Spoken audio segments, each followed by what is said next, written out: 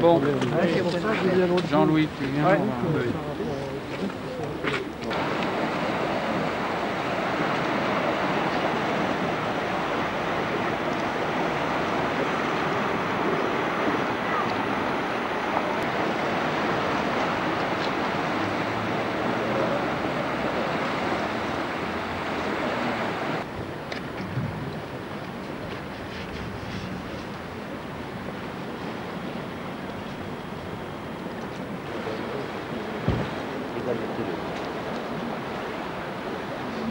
Non, regarde la flotte quand même.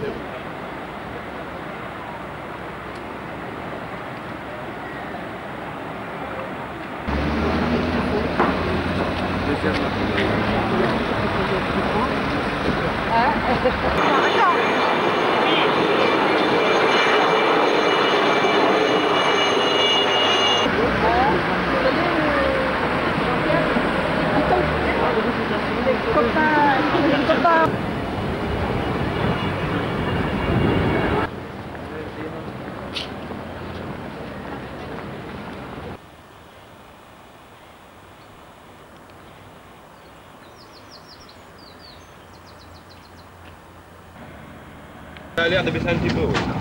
Première bonne nouvelle pour les Saintais depuis une semaine. Cette nuit, les eaux du fleuve Charente ont commencé à baisser. La cote observée ce matin à 8 h était de 6,65 m. Hier soir, elle atteignait 6,72 m. 7 cm de moins durant la nuit. Rien de visible au premier abord, de quoi simplement redonner une lueur d'espoir aux sinistrés. Ça redonne le moral, oui. Parce que hier soir, comme c'est à 20 cm de rentrer dans le magasin, alors on commençait à s'inquiéter. Tant ce matin, dans les rues inondées du quartier Taillebourg, les quelques sinistrés qui n'ont pas voulu quitter leur maison continuent à faire appel aux pompiers. Après, il paraît qu'à Cognac, elle a monté là, de 20 cm. Alors, il va bien falloir que ça passe quelque part. Hein. Ça va passer là. Hein. Alors, le mieux, c'est de prévoir, de churrosser encore, au maximum. Et puis après, quand on pourra plus, on arrêtera. Selon les services hydrologiques, le fleuve aurait atteint son maximum. En aval, vers Jarnac et Cognac, la tendance est aussi à la baisse. Mais personne encore n'ose avancer le mot décrue. On ne parle pas de décrue, on parle simplement de stabilisation de la situation.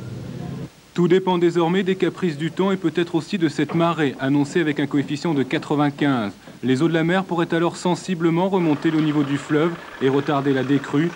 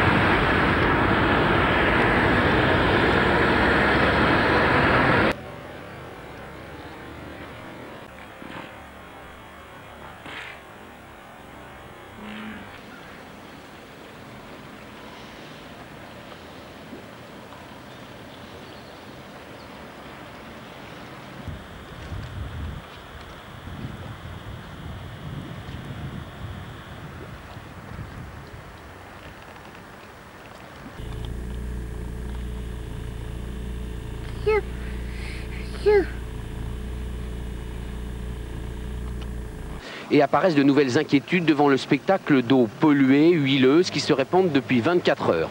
Pas une pollution dangereuse, mais une vraie nuisance. Donc on a à quelques endroits des épandages de fioul, hydrocarbures, huile de vidange et divers produits de ce type que l'on doit maintenant, d'une part, répertorier, essayer de piéger pour éviter leur écoulement dans les zones inondées. Des unités de dépollution, les DEPOL, créées depuis quelques années chez les pompiers, interviennent donc plusieurs fois par jour à Saintes au fur et à mesure des découvertes. Pour confiner les nappes, les pompiers installent des barrages flottants et jettent de la tourbe qui va agglomérer la pollution. On la ramassera en fin d'inondation.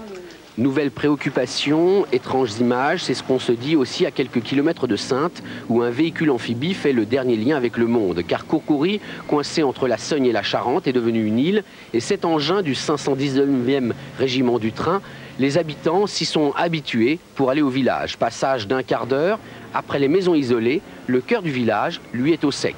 On l'attend comme le bus, près de l'église. Il y a les horaires décidés par la mairie qui ne sont pas toujours respectés.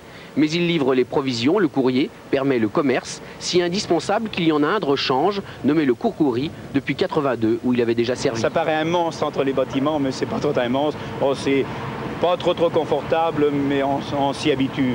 On va battre notre record de 82, on avait 6 jours d'isolation. Chacun a pris des dispositions, des voitures attendent parfois de l'autre côté, à Courpignac. Certes, il manque aussi un quart, mais Courcoury ainsi peut tenir. On a juste dû évacuer une petite maison de retraite menacée par l'eau. À 7 h du matin, on prenait l'amphibie, puis le car nous attendait là-bas, il nous amenait à notre collège tous les matins. Et après le soir, c'était le contraire, il nous amenait, on prenait l'amphibie et on repartait. Et une nouvelle semaine commence, car devant la Charente étale, aujourd'hui, les pompiers ne veulent pas faire d'optimisme. On espère qu'elle va baisser. Par contre, il y a l'influence des précipitations météorologiques et également l'influence des marées.